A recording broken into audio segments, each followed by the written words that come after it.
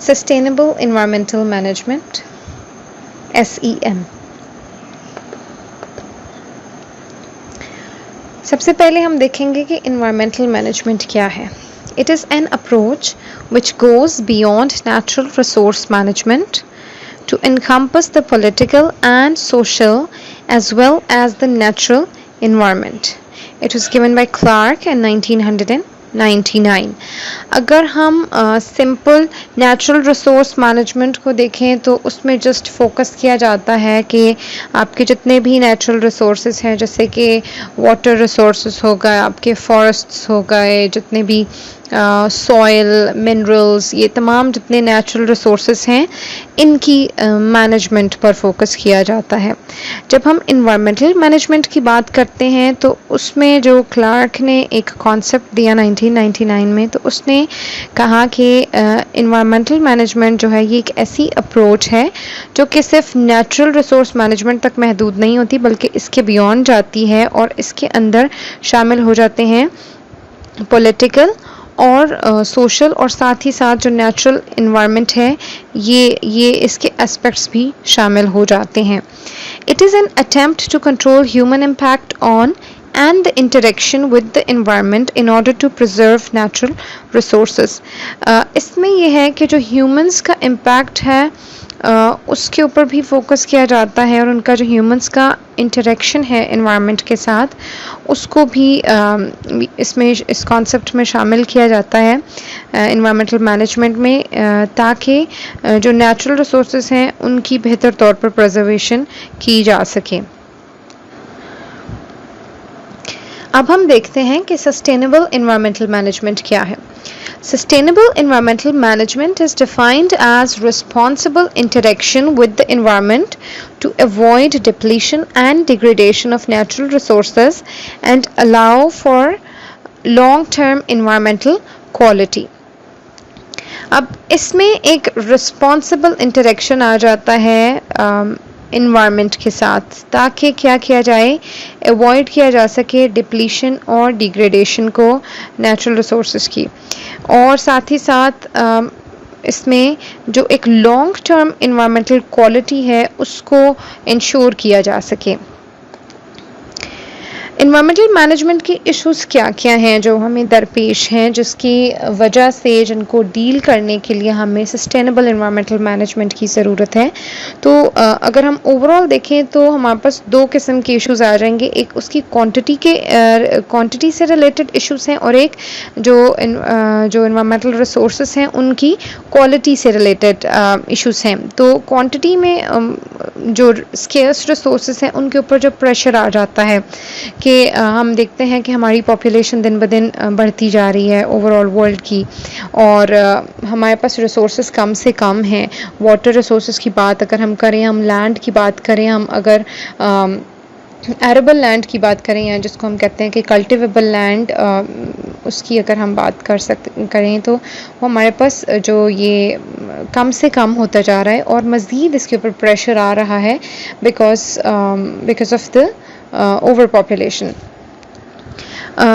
अगर हम इसकी क्वालिटी की तरफ जो इसके इश्यूज हैं उस क्वालिटी रिलेटेड उनको देखें तो उसमें हमारे पास जितने भी ऐसी चीज़ें हैं जो कि इन्वायरमेंटल क्वालिटी को डिग्रेड करती हैं, जिसमें कि डिफॉरेस्टेशन आ गया। डिफॉरेस्टेशन से हमारे पास जो ग्रीन हाउस गैसेस हैं वो उनकी कंसंट्रेशन हम देखते हैं कि वो बढ़ रही है। कार्बन डाइऑक्साइड का जो सिक्वेस्ट्रेशन है वो अफेक्ट हो जाती है जब हम ट्रीज़ कम से कम करते जा रहे हैं। Desertification which is also linked with deforestation too, कि किस तरह से हमारा जो एरेबल लैंड है वो कम से कम होता जा रहा है, डेजर्ट में कन्वर्ट होता जा रहा है। जो हमारा फर्टाइल लैंड है वो पोल्यूशन, उसमें हमारे पास जितनी भी टाइप्स ऑफ पोल्यूशन है, air pollution, water pollution, soil pollution, ये सारी जो हैं पोल्यूशंस आ जाती हैं।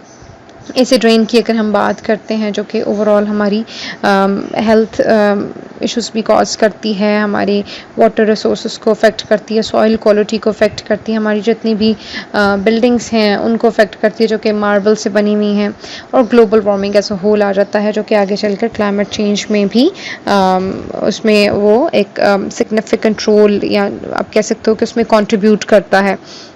अब हम देखेंगे कि कैरेक्टरिस्टिक्स क्या या खसूसियात क्या होंगी सस्टेनेबल इन्वायरमेंटल मैनेजमेंट की? It deals with the world affected by human. तो ये जो इसका फोकस होगा वो ह्यूमंस के जो एक्शंस हैं उनके ऊपर होगा कि किस तरह से वो अफेक्ट करें वर्ल्ड को।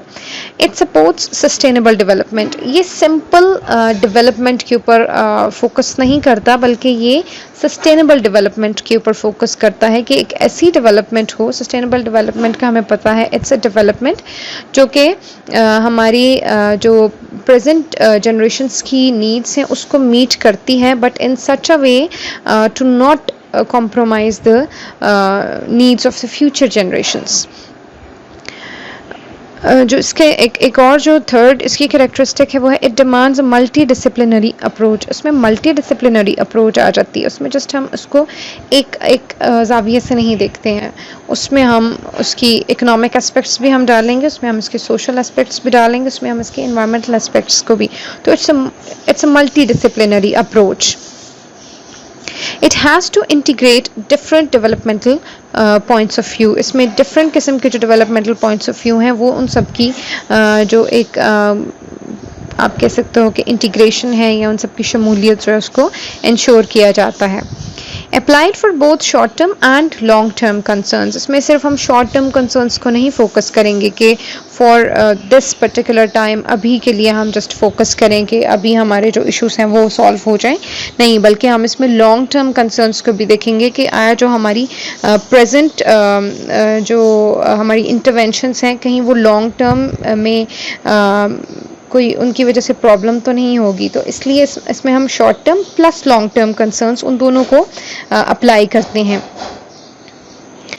Integration of natural and social sciences. इसमें हम सोशल साइंसेस को भी इन्वॉल्व करते हैं। It's not just the natural sciences. And then at last हम इसमें देखते हैं कि जो इंटीग्रेशन है of policy making and planning, क्योंकि अल्टीमेटली जो हमारे बड़े बड़े डिसीजंस लिए जाते हैं वो पॉलिसी मेकिंग और प्लानिंग के अंडर आ जाते हैं, और इसलिए हमारे पास जो सस्टेनेबल इन्वायरमेंटल मैनेजमेंट है उसमें बहुत ज़रूरी है कि पॉलिसी मेकिंग और प्लानिंग को उसका हिस्सा बनाया जाए। कि जब प्लानिंग की जाती है किसी भी मैनेजमेंट के हवाले से, किसी भी डेवलपमेंट के हवाले से, तो वहाँ पर आपका जो एक सस्टेनेबल इन्वायरमेंटल मैनेजमेंट का एक जो व्यू है उसको मद्देनज़र रखा जाए, ताकि जो पॉलिसीज़ हैं या जो प्लानिंग्स हैं वो ऐसी हों जो कि इन्वायरमेंट को अफेक्ट ना करें एडवर्सली। ओके, ये हमें एक काइंड ऑफ डायग्राम है जो बताती है कि किस तरह से जो हमारी सस्टेनेबल डेवलपमेंट क्या है, कि उसमें हम सोशल, इकोनॉमिक और जो हमारे इन्वायरमेंटल एस्पेक्ट्स हैं उन तीनों को हम एज अ होल देखते हैं। It's an integrated approach to environmental, social and economic issues that leads to a greener economy and society in order to maintain a decent standard of life for both present and future generations। अब हम अगर देखें हमारी sustainable environmental management या environmental sustainability को, तो उसमें उसके क्या क्या गोल्स होने चाहिए हैं या उसमें क्या क्या चीज़ें जो है वो शामिल होंगी। तो उसमें सस्टेनेबल इंडस्ट्रियलाइजेशन हमें इंश्योर करनी है। हमारी इंडस्ट्रीज़ ऐसी ना हो कि वो सस्टेनेबल ना हो या वो इन्वायरमेंट की क्वालिटी और क्वांटिटी को अफेक्ट करती हों।